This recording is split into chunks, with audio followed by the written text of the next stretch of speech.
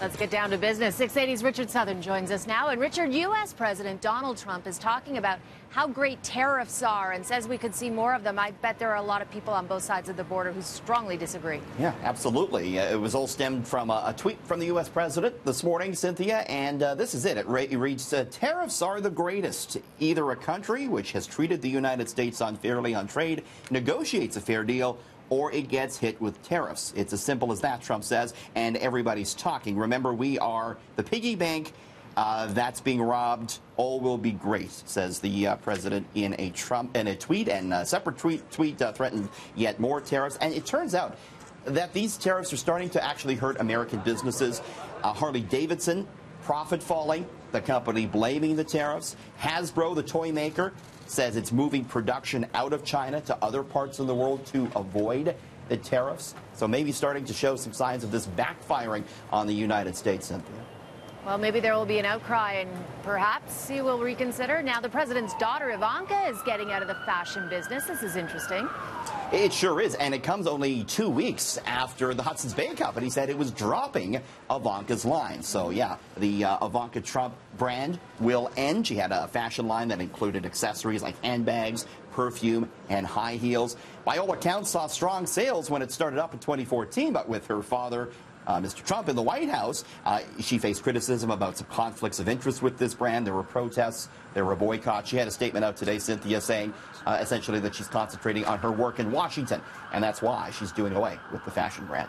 Interesting. Okay, so it's a big feather in Toronto's hat. This is great. Our city is creating more tech jobs than anywhere else in North America. What's behind that? Yeah, I was quite surprised by it. So a new report found Toronto actually created more technology jobs last year than the San Francisco Bay Area, Seattle, and Washington, D.C. combined. 28,000 of them. How are we doing it? I asked Mayor Tory.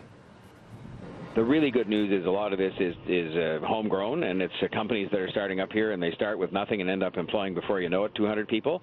But it's also true to say that the big technology companies have been locating more and more of their functions in Toronto. And, you know, when I read this too, my head turns towards the Amazon second headquarters, and Toronto, of course, still in the running.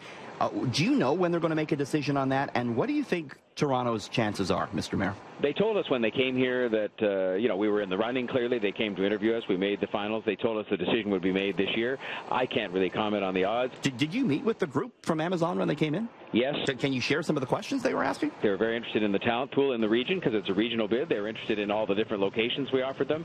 And they were interested in our way of life and things like the affordability of housing, the embracing that we do of diversity, the arts and cultural life of the city. It was surprising some of the things they were interested in.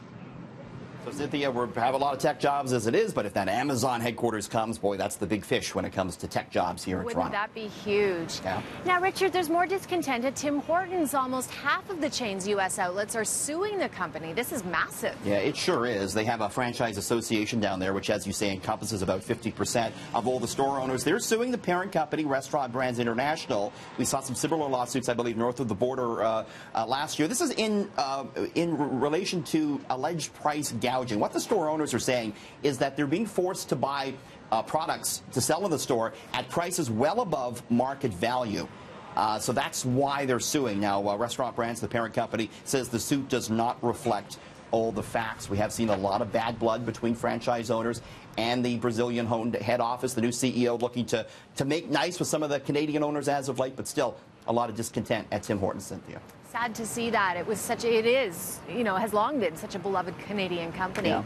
In huge news from WestJet, the airline is planning to roll out full-fledged business class on all of its planes. Yeah, this is what it looks like. This is going to be on all its 737s.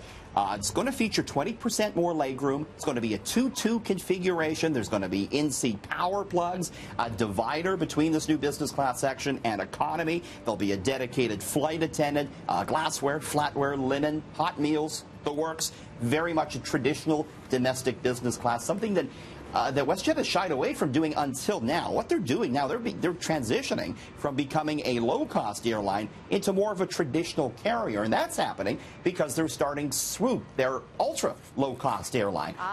That explains it. Yeah, it's interesting. So the mainline WestJet maturing. We don't know exactly what the pricing will be in that premium cabin yet, Cindy.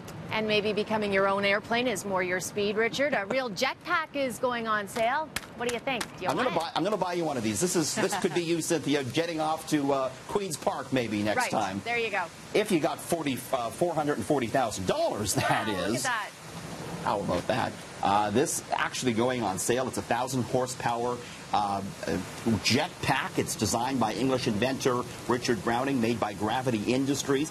Selfridges, the posh department store in London, England, actually selling these, again, for $440,000. Consists of 5 small kerosene-fueled turbine engines, 2 worn on each arm, 1 on the back. Can go up to 12,000 feet if you're brave enough, Cynthia. I think I'll just walk to Queen's Park, Richard. Me too. A little bit safer, I think. I think so. All right. Thank you very much. Always great to see you. Thanks.